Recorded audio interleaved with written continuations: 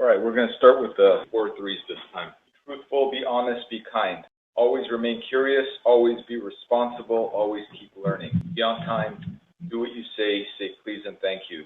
Love God, love your family, love people. Today we're going to go over the 10 vows of the rich.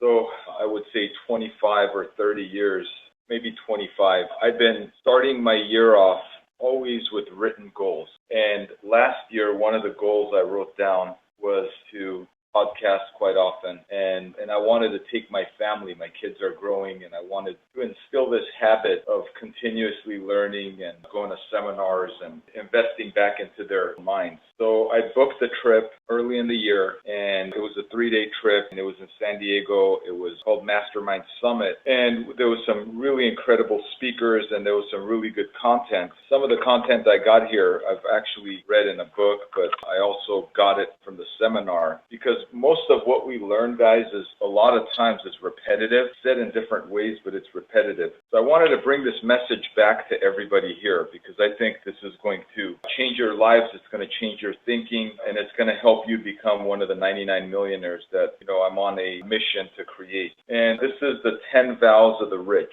And before I start, I just want to talk about this thing, rich, and I want to go over the mindset of rich, people that are wealthy and people that are poor, barely making it, because they have two different mindsets. And we're going to cover that right now, okay? And I'm going to just go through a few different categories, and this is the category of saving money. And I'm going to start with the poor mindset versus the rich mindset. So saving money, and this is a fact, okay? 2/3 of the population in the United States cannot come up with even $1,000 in a time of an emergency. And let me tell you this other fact, okay? Millionaires save on an average of 23% of their income. So that's $23 out of every $100 they make, they put away in a savings account. This is the mindset about money. College, the poor mindset. People that are, 60 or younger still have college debt, and it's quadrupled in the last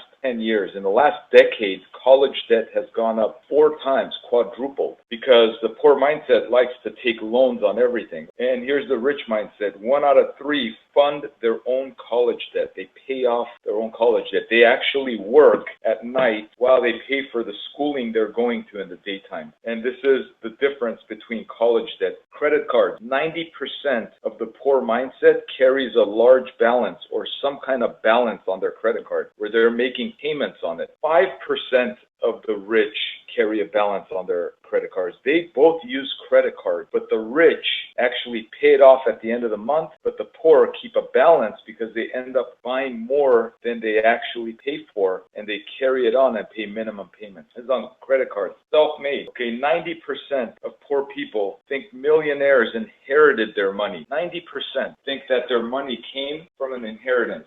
This is a very large amount of people. And the real fact is that 86% of millionaires are self-made. 86% of millionaires are self-made. But the poor mindset believes that 90% of them, have inherited their wealth. Okay, overnight success. The poor mindset. 5% believe that they can do it. Only 5% of the poor mindset. On an average, it takes 32 years to become a millionaire, on an average. So most people, the poor mindset, they give up before they try. But on an average, it takes 32 years to become a millionaire. And that's in today's world. Work ethics, okay? Look at this one. This is unbelievable, but look at this one. 67% of the poor mindset or people without money work less than 50 hours a week. 86% of millionaires work more than 50 hours a week. When we say it's all about how hard you work and how much time you spend working, now these are actual facts, guys, that I'm giving you about the rich and the poor mindset and beliefs. The reason I'm giving this is because, look, it's not our fault, right? A lot of our mindset has been passed down through our parents, the people we hung out with, through everybody in our lives, right? So we end up believing what they believe because your ears and your eyes are the windows to the soul, right? So this is what has been fed into your soul all this time. But what I'm telling you is that in order to become one of the 99 millionaires, you have to change your mindset because it all starts with mindset. mindset. Now, here's another point I want to make before we jump into the 10 vows. There's this thing called healthy ambition. We talked about that at a previous meeting, something I learned and I shared with everybody called healthy ambition. And there's something called selfish ambition. Now, to become one of those sustainable 99 millionaires that are going to make it and keep it, you have to create healthy ambition. You cannot have this unhealthy, selfish ambition where you believe that for me to win, somebody has to lose, and for me to get ahead, somebody has to go behind, because that is selfish ambition. And selfish ambition is also comparing yourself to what others have and what other people do, because that is selfish ambition. And if that's what's fueling your ambition, then you have to change it to healthy ambition. So we're going to jump into this story. Now I read this book a long time ago. Rudy gave me this book, and I also heard it in a podcast, and I read it in a podcast a long time ago. And if you haven't read this book, it's one of the best-selling books in the world for salespeople. Now, if you consider yourself a salesperson, which I believe everybody is a salesperson, you got to get your hands on this book. And the concept we're about to go over is the book, The Greatest Salesman in the World, and this is verse 2, This is the second part. These principles, guys, by the way, goes back to 3,000 years, These principles are not new. This is one of the things that never, ever changes, what we're about to talk. It didn't change 2,000 years ago, and it's not going to change 2,000 years from now, and it hasn't changed today. So it's a story about a camel boy in the time of Christ. His name was Ahmed. He was a student of a teacher who was the greatest salesman of the world. He had these great riches. And he went to him and said, Master, I want to learn. How did you become the greatest salesman in the world? Pathos, who was the teacher, teaches him the 10 ancient scrolls of success. And he learns this, and in part 2, which we're about to go over, which is the 10 vows of the rich, is Ahmed. He's finally made it. He's applied all those principles, and now he's become the greatest salesman in the world. Because Pathos has died and has left them with these ancient scrolls he's applied in his life, and now he's the greatest salesman in the world. And he's created in part 2 the 10 vows of the rich. And that's what we're going to go over right now.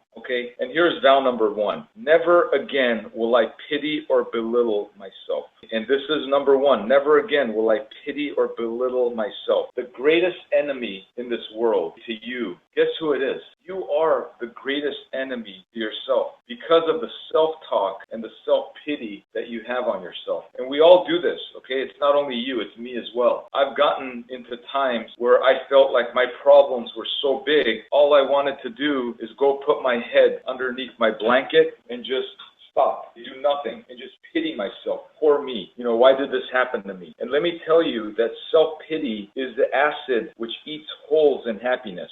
If you want to be happy, you cannot self-pity yourself. And if you fall into self-pity, you've got to find a way to get out of it quickly, right away. You can't feel sorry for yourself. So the number 1, never again will I pity or belittle myself. Don't feel sorry for yourself. Never again will you feel sorry for yourself. Poor me. Don't ever, ever, ever feel sorry for yourself. And if you ever get into that, guys, look, when we were at this 3-day seminar, I got my wife and my 2 kids with me, my 17-year-old, my 13-year-old, and one of the keynote speakers that came out was this guy named Nick Vujicic. I don't know if you guys know who Nick Vujicic is. If you haven't, Google him. He's one of the guys that goes and speaks at seminars and shares his story because it's inspiring. This guy was born with no arms and no legs. He had no limbs, Think about it. This guy was born with a disadvantage that, all of us have this, or most of us have this, our arms and our legs, right? This guy was born without it. He went through life, and today he talks about his story. He has a wife, and he has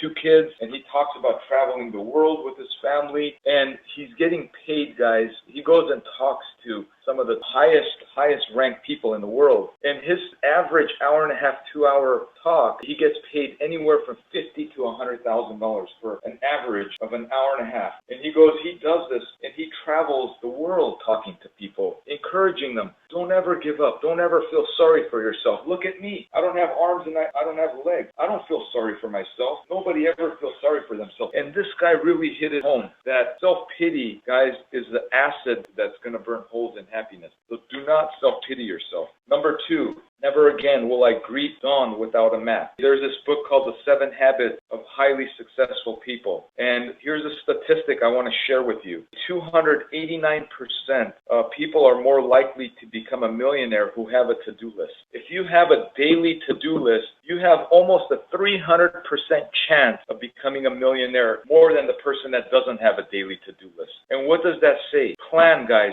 plan. Put your goals in writing. Every week, be purposeful. Let me tell you what I do. Every Sunday, I take 2 hours on Sunday. I lock myself in my office at home, and I write down a plan for the week. I look at my yearly goals. I look at my lifetime goals. I look at my 3-year goals. I look at my 1-year goals. I look at my quarterly goals, and I go, what didn't I do? What did I say I'm going to do that I didn't do? And then I write a list, and I go, this week I'm going to get this done, this done, this done. I make it a point to get 3 of my yearly goals done or quarterly goals done that week. 3 every week. You imagine, actually, I write down 3 things I want to accomplish each day. Because you know why, guys? If I don't write it down and I don't have a to-do list, and there's fires that happen, there's problems that happen every single day. Yesterday, I was dealing with a disaster in one of the shops, okay, where there was problems going on. I didn't plan for that problem to happen. I didn't plan for that to fall on my lap, but it did. But you know what? Before I dealt with that problem, in between that,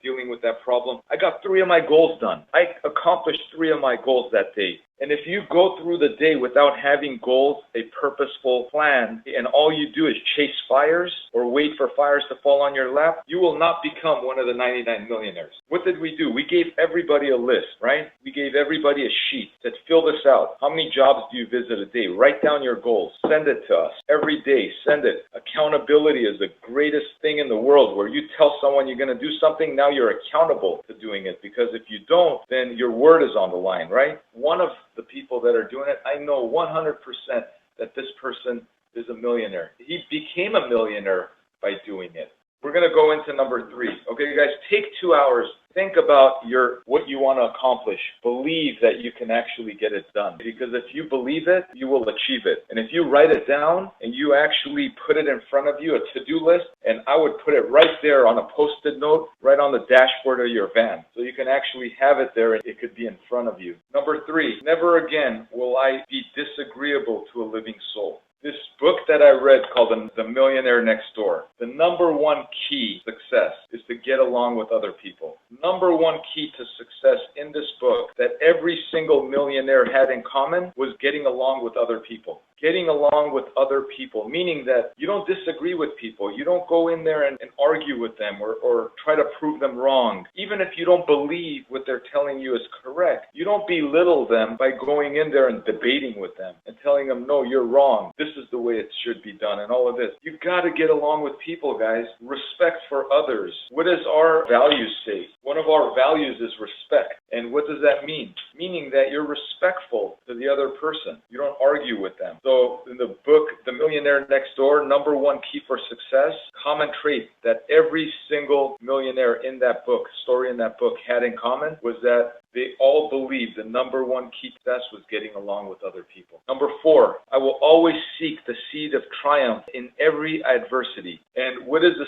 seed of triumph? Getting the small wins, guys, the small yeses, the small wins. John Maxwell says this: life hits you down. Everybody gets hit down and is on the floor because life is hard. Life is not easy. And life can knock us on the ground. John Maxwell says, when life has knocked you on the ground, stay on the ground for a moment. Stay on the ground for a moment to make sure that you learned what brought you down. So what do? In every single adversity, number 1 value that says in our values as well, in faith, okay, he says everything that happens to us happens for a reason greater than us. Therefore, we welcome all experiences, good or bad, knowing that greater success lies ahead in them. What does that mean? That in the time of triumph or adversity, always look for the wins. Always look for what's good about this. What can I learn from this? How can this make me better? Because, guys, we learn when things aren't that great. Our learning lessons come from our adversities. So number 4, always seek the seed of triumph in every adversity. Number 5, never again will I perform any task less than my best. I mean, this is saying that I'm not going to do anything unless I give it 100%. Okay, 100%. And here's a fact over here. I'm going to give you some facts, guys. 90% of poor people give less than 60% at their job. Less than 60%. They're not given 100%. They're not given 100%. And look at this fact over here. 95% of rich people give more than 90% at any task or job. More than 95% of rich people give more than 90%.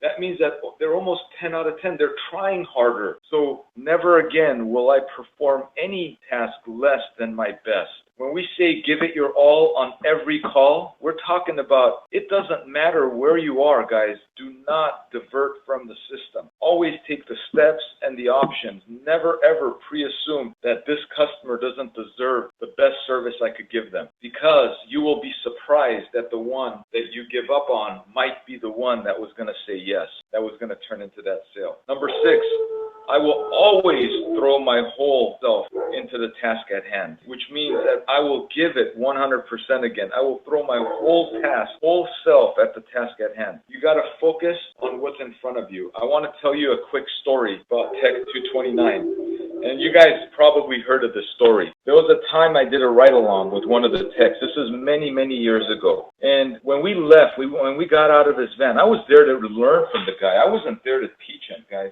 I was the student. He was the master, right? So we get out of the van, and this guy was super organized. I mean, his van was immaculate. It was so clean. It was unbelievable the way he took care of it.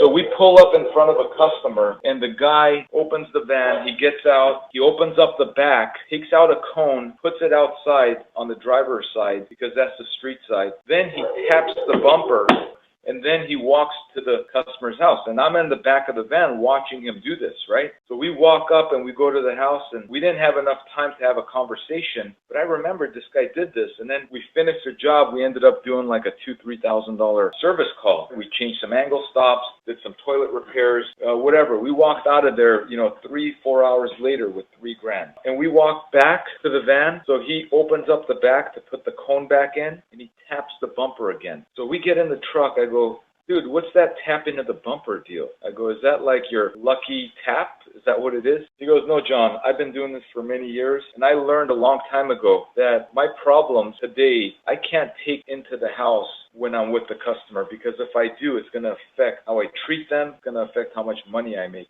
So I leave my problems at the bumper, and when I come back, I pick it right back up because I know it's right there. But that's my way of leaving my problems at the bumper so I could give the task at hand everything I have. With nothing on his mind, he's giving it all he has. So that story has stuck with me. I've said it many times. It's an incredible story, but it teaches you how focus and working hard at the task at hand will make that task go so much better. And there is no such thing as multitask. People think that they could do 2-3 things at a time. That's a bunch of BS. You can't give it 100% by doing 2-3 things at the same time. You can't. You got to give it all you got at hand. And this phone that's our distraction, that's in our pockets all the time, this is what takes away our focus away from customers, away from the task at hand. So my advice is, and this is what I usually do when I go out in the field, I put my phone on airplane mode. Boom, I throw it on airplane mode so the thing doesn't vibe in my pocket or go off.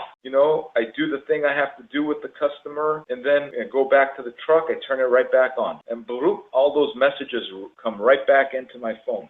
Number 7, never again will I wait and hope for an opportunity to embrace me. Go after it, guys. Don't wait. I'm going to repeat this. Never again will I wait in hope for an opportunity to embrace me. You have to chase the opportunities. They're not going to come and fall on your lap. As technicians and channel leaders, what do we talk about all the time? We talk about chasing the guys, going to the calls. Don't wait until the tech calls you and says, hey, I need you on this call. You call them and tell them, hey, I'm ready to come out there. Make sure you go out there and you ask the question and call me back. Make sure you do this. If you're a technician, call your channel. Man, I'm on my way to this call. Where are you going to be? I might need the camera. Can you please help me? I'm going to need it. Are you going to be in the neighborhood? So don't wait for opportunity to fall on your lap. Go chasing those opportunities. You don't have any calls that day? Pick up the phone, guys. Start calling, okay, those estimates that you left, those recommendations that never said yes, all of the people that you served before. Call them up. Tell them, hey, I'm in the area. We could come out there and do a complimentary camera inspection or a drain tune-up for you. Be more purposeful, guys. You know what I used to do? I'm talking about is in the beginning of my career. I made a decision a long time ago. This is over 30 years ago. I made this decision. I said, and back then I was in a truck. I was running calls like you guys were, right? And I said, I'm going to do two things. I'm going to work 10 hours a day regardless. Regardless, if I have a customer to serve or I don't have a customer, I'm going to put 10 hours a day in every single day, 6-7 days a week. And this is what I'm going to do. Number one priority. If a customer calls, I'm going to be like an ambulance. I'm going to be chasing that call. I'm going to get out there. I'm going to give it my 100%.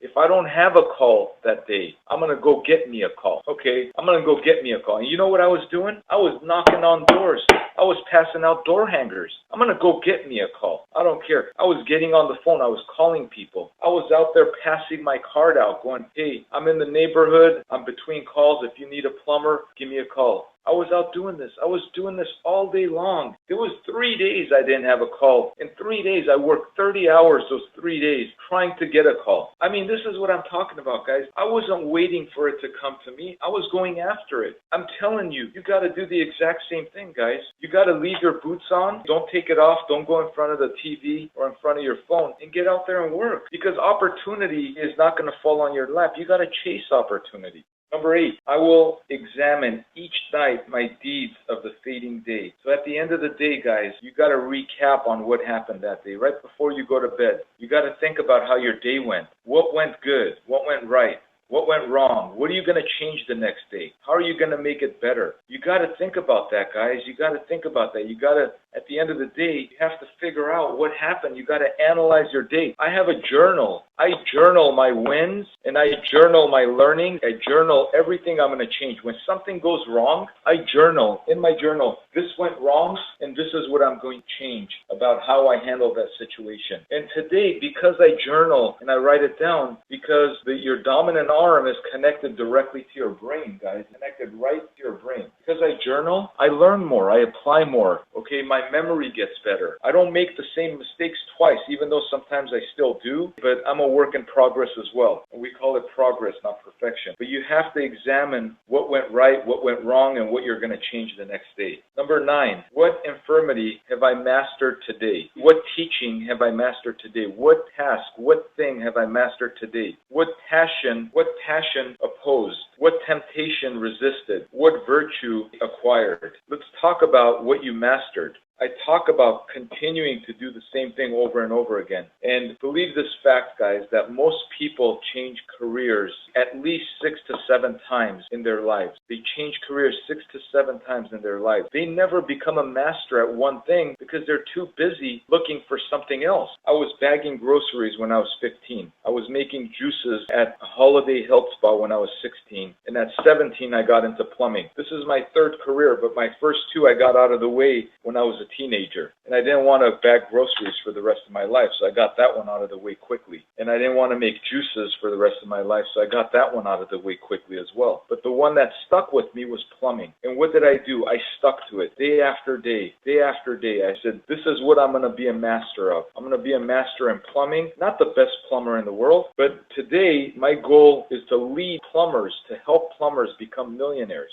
And starting with the 99 millionaires, that's my goal, to talk, to encourage, to share my story, to have people actually encouraged to know that I got their back, that I'm going to help them become one of those 99 millionaires. And that's what I'm doing right now. That's why I'm sharing 10 vows of the rich with you, because I want you to change your mindset. What temptation did you resist? Because this world is filled with people that are not wanting the best for you. Think about it. You go to a restaurant. What is the first thing they drop on the table? Bread and butter. What actually helps people gain weight? Bread and butter. And what's the first thing they drop on the table? Bread and butter. What's the first thing they ask you when they come to take your order? Would you like an alcoholic beverage? Do you want a beer and wine? Do you want alcohol? Number 2. Are they for you or against you? Are they thinking about your health, or are they thinking about making some money? Number 3, they bring you a menu. Now you have to pick off of the menu. 80% of the menu in most restaurants are unhealthy. They only have 20% of healthy choices there. So what are they against? Again. And then you finish, what do they offer you at the end? A dessert. Come on, let's feed you with sugar now. And if you don't have the resistance, guys, if you don't have the resistance or the discipline to say no to certain things, you're going to become a victim of society. So you have to have the resistance of temptation. And what virtue did you acquire? Okay, what did you learn? Okay, what virtue did you acquire? What value you bring in? How are you better today than you were yesterday? Okay, and I'm going to go over 4 scrolls over here. And every single day, this is what you should ask. Did I survive the day without pitying myself? Did I go through the day without feeling sorry for myself? Did I remain alert for all opportunities? Did I remain alert for all opportunities? Did I search for good in every problem? So every time some issue happened, did I always go looking for the gold? To go, what did I learn from that problem? Okay, did I smile in the face of anger and hatred? When people are angry or they're hating or they're upset, what are you doing? Are you letting that anger you, or are you smiling at the face of anger? Are you responding with calmness? Because the only way to bring down anger is through calmness, not through more anger. Okay, more anger elevates anger, makes things worse. Right? So recap the day, guys. At the end of the day, recap all 4 of these. Okay, number 10. I will maintain contact through prayer with my Creator. Here's a fact. I'm going to give you guys a fact. 69% of millionaires have a deep, abiding faith. Wow. 70% of millionaires have a deep, abiding faith. Isn't that amazing, guys? Doesn't that tell you something? That in order to acquire these great riches or this mindset, that you have to be a faithful person. And when I say faith, I mean, I'm not trying to force my religious beliefs on anybody here, but I'm just telling you guys, believe, guys, that there is something greater in this world that wants good for you, that wants you to succeed, okay? It wants good for you. So what do? Okay, every night, I don't do this all the time, but I do it all the time in the mornings. I pray every single morning, guys. Every morning I read the Bible, I read Proverbs, and I pray for my family. I pray for wisdom. I pray for the problems. I don't pray for problems to go away. I pray for me to become better so I could handle more problems and handle it successfully. I pray for you guys. I pray for the people in this company. I pray that the hand of God is always on this company and always on the people that serve the customers of this company and their families. I pray for that every single day. And I have a deep abiding faith that we are going to create 99 millionaires, that anything opposing our company will eventually go away and we will succeed because we will continue to strive. But prayer, guys, opens up so much, and faith and believing opens up so much. So I want to just go over the 10 vows of the rich. Number 1, never again will I pity or belittle myself. Number 2, never again will I greet the dawn without a map. Number 3, never again will I be disagreeable to a living soul. Number 4, always will I seek the triumph in every adversity. Number 5, never again will I perform any task less than my best. Number 6, always will I throw my whole self into the task at hand. Number 7, never again will I wait for hope or opportunity to embrace me. Number 8, always will I examine each night my deeds of the fading day. Number 9, what infirmity have I mastered today? What passion opposed? What temptation resisted? What virtue acquired? And number 10, always will I maintain contact through prayer with my Creator. And this is the 10 vows of the rich, guys. But it all starts with our mindset. It all starts with our belief. I believe that every single person on this phone, on the other end of this phone, will one day become a millionaire. I believe that. Okay, you will become one of the 99 millionaires, but you can't give up. Can't give up and feel sorry for yourself. Can't give up on our brand, our company. Can't give up on this purpose. Guys, you've got to wake up every single day and go work really hard at creating the results that you're looking for. So, I just want everybody to know, guys, that, keep at it. I believe in you guys. I believe everything you put in front of you, you're going to accomplish. I just want you to believe in yourself. Please put these 10 vows in front of you every single day and read it and practice it. Create the habits, things that we're talking about, guys, because that's how you're going to change your life, okay? So there's a lot of great things going on, guys. I need to ask all of you to please continue to bring in the reviews. Continue to do the 30-second videos of the clients, guys. Yesterday I went and cashed a check. I've got all the cash that I'm going to be distributing to all of you that have actually gotten the video and have gotten the reviews, have sent the invitation through Podium, and the customers responded by giving the review. So that money will be coming to you guys soon. So I'm just going to read the blessing. May the roads rise up to meet you. May the wind always be at your back. May the sun shine soft upon your face, and may the rain fall soft upon your fields. And until we meet again, may God hold you in the hollow of his hand. Thank you, guys. Have a great day.